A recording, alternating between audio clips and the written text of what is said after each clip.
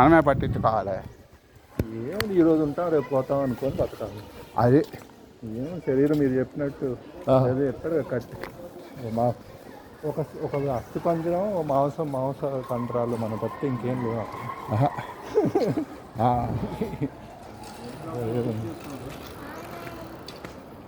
ఈరోజు వస్తే రేపు కట్టి రేపు కాలిపోతాం. దిగ్గురాళ్ళనే వాళ్ళు అనుకుంటుండేవాళ్ళు. ఏముంది ఈరోజు చేస్తే రేపటికి రెండు.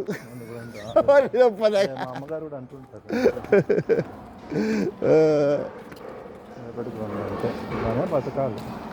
అదే అప్పుడు ఏమీ ఉండవు ఆ మోహాలు అనుకుంటున్నాను. ఏది పర్మనెంట్ కాదు కదా ప్రపంచంలో. అవును, మరి ఏది పర్మనెంట్ అని క్వశ్చన్ వస్తుంది. అది ఏది పర్మనెంట్ అని క్వశ్చన్ వస్తుంది. ఆత్మ అదే సార్, ఆత్మే. ఆత్మ ఇది భగవంతుడు పర్మనెంట్. ప్రపంచం సృష్టి పర్మనెంట్. సృష్టి పర్మనెంట్ కదా. సృష్టి పర్మనెంట్ అండి. అంతే సృష్టి పర్మనెంట్. మీకు నడుస్తూనే ఉంటుంది, అది కోట్ల సంవత్సరాలు నడుస్తూనే ఉంటుంది. అవును, ఎప్పుడో ప్రళయం వస్తుంది అంటారుగా. ప్రళయం వచ్చిన తర్వాత మళ్ళీ సృష్టి వస్తుంది. అవును, ఇప్పుడు మనం ఏం చేయాలి? ఈ సృష్టి పట్ల మోహితం కాకూడదా? సృష్టితోనే మోహంతో ఉండాలి. ఎందుకంటే ఉండకూడదండి. సృష్టిని నేచర్గా ఎట్లా ఉండే పరిస్థితులు ఇచ్చి చెట్టు చామ ఇవన్నీ పక్షులు అవన్నీ సృష్టి కదా.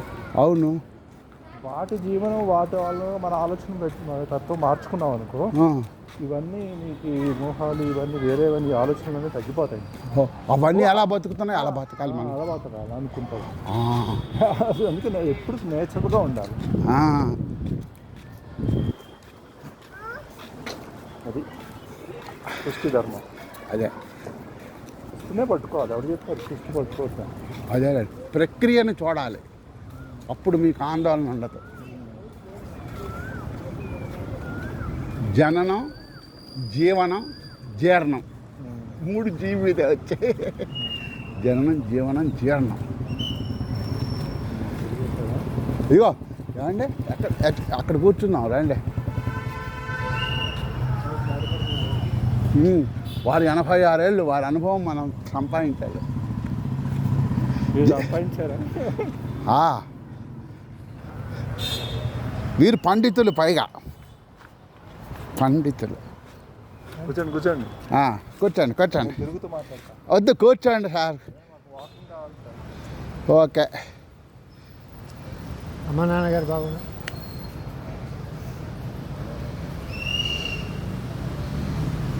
వారు అంటారు సృష్టి శాశ్వతం అంటారు. సృష్టి శాశ్వతం అంటారు. మీరేమంటారు? మనకు తెలిసినంత వరకు అంతే అనుకోవాలి. ఇప్పుడైతే ఉంటా ఉంది కదా, పోయినప్పుడు కదా అది. అది సార్ కాదు సార్, మీరు పోయినా సృష్టి అలాగే ఉంటుంది అంటారు. సృష్టి అదే మరి. సృష్టి శాశ్వతమే కదా. మనుషులు మరి ప్రళయం వస్తే పోవట్లేదు సార్. మళ్ళీ సృష్టి జరుగుతూనే ఉంటుంది కదా. ఎందుకు జరుగుతుంది అనేది మనం ఆలోచించాలి. ఎందుకంటే అది సృష్టినే. కాదు. ఆ జీవులు సంస్కారాలు ఏర్పాటు చేసుకొని ఉంటారు. అవి బీజ రూపంలో ఉంటాయి. మళ్ళా తగిన సమయం వచ్చినప్పుడు మళ్ళీ మొక్కలు అవుతుంటాయి. ఎప్పుడైతే ఆ బీజ నాశనం అయిపోయిందో అప్పుడు జన్మలు ఉండే వాళ్ళంతా జీవన్ముక్తులు అన్నమాట. ఈ సైకిల్, డెత్ బర్త్ సైకిల్ నుంచి పక్కకి వెళ్ళిపోతుంటారు. అది జీవన్ముక్తులు అంటే. ఇప్పుడు కాళ్ళు కదులుతున్నాయి, ఎందుకు కదులు? అది నా శక్తి కాదు. సత్తు, చిత్తు, చిత్తు శక్తి అని 3 ఉన్నాయండి. సత్తు చిత్తుగా ఉంటే ఏమీ కాదు, హ్యాపీ. కానీ ఈ చిత్తుందే, అది ఊరుకో ఉండదు. ఏకహ అనేకం అహమస్మి అనుకుండేసరికి ఇప్పుడు కాస్ట్యూమ్స్ అన్ని, రాముడు ఒక కాస్ట్యూమ్, కృష్ణుడు ఒక కాస్ట్యూమ్. నువ్వు రాముడుగా నటించావా, హాయిగా డ్రామా వేసినందుకు నీకేవో డబ్బులు ఇస్తారు, హ్యాపీ, వెళ్ళిపోతావు. రాముడుగా జీవించావో వాడి కష్టాలని నువ్వు పడాలి. తప్పదు కదా. అలాగే ఈ జీవుడి ప్రపంచంలో నటించాలి, అంతేగాని జీవించకూడదు. అలా అనిపించదు, జీవించాలే అనిపిస్తుంది. అది జీవించడానికే వచ్చాము కదా. మరి నటించాలంటే ఎలా నటిస్తాడు? ఇప్పుడు మిగిలినవంటే ఓకే, జంతువునాం నరజన్మ దుర్లభం. ఈ నరజన్మ వచ్చాక వీడి జ్ఞానం తెలుసుకోవాలి. అవును, నేను నటించాలే కానీ జీవించకూడదని. అది తెలుసుకున్నది. ఏమండి ఎవరు అంటారు జీవితంలో నటించవాక జీవించు అంటారు. వాడు ఆ పాత్రలో ఏమి జీవించాడండి. ఈజీ కాదు. అది కూర్చోండి. కాసా ఇప్పుడు ఇప్పుడు బెర్నాడ్ షా ఏమన్నాడు, జీవితమే ఒక నాటకరంగా అన్నాడు. పాత్రలన్నీ కాసేపు వస్తాయి. మీ మిస్సెస్ పర్లేదా? ఆంటీ ఎట్లుంది? లేదా అమ్మగారు ఇప్పుడైతే మంచిగా ఉంది, మాట్లాడుతుంది, ఇంత తింటుంది. ఓకే ఓకే ఫోన్లేండి. ఏం లేదు, అది కొద్దిగా షుగర్ పెరిగినప్పుడు ఎఫెక్ట్ దేని మీద ఏ పార్టీ మీద పడ్డప్పుడే ఇది మళ్ళీ హాస్పిటల్కి చూడాలి. దాన్ని కాపాడుతాము. ఎంత కాపాడితే ఉంది, దేపో మామిడి పండు దేపో అంటుంది. అందరికి తిన్న రుచులు అవన్నీ దేపో, అది దేపో, ఇది దేపో అంటే అప్పుడు మీరే అంటారు దేవమ్మా అవి దొరుకుతలేవు అంటే, అగో అక్కడ కనిపిస్తున్నాయి మన ఇంట్లోనే, అగో ఆ బుట్టలో ఉన్నాయి అంట. ఇంట్లో తెచ్చి పెట్టుకుంటా ఉంటారు, మిగతా వాళ్ళు తినాలి కదా మరి. అవును, అప్పుడు ఏం చేస్తారు? నిన్న మా కొడుకు ఒకటి తెచ్చి ఇచ్చిండు, చిన్నది. ఫోన్లేండి. అదే అది వాసనలు అంటే చూసారా? వాసనలు అంటే ఏంటంటే అవి వాసన. మరి తప్పలేదు. అవును, ఇప్పుడు బతకాలంటే మన ఈ మొదట ఏ వస్తే అవి ఆయేకో ఆధార్ కీజియే అన్నాడు. ఆయేకో ఆధార్ కీజియే, ప్రశాంతంగా ఉండమన్నాడు. ముందర పరమాత్మని స్మరించమన్నాడు. ఇప్పుడు ఇలాంటి వాసనలు వస్తున్నాయి చూసావా, జీవుడిగా తట్టుకోలేడు వాడు. అదే పరమాత్మగా ప్రార్థిస్తే ఆ పరమాత్మ మన స్థానంలో వచ్చేస్తాడు. ఇక్కడ నేను అనుకున్న బట్టి మనం తట్టుకోలేకపోతున్నాం. వాసనలు వచ్చి అవేమి అఖండంగా ఉన్నాయి.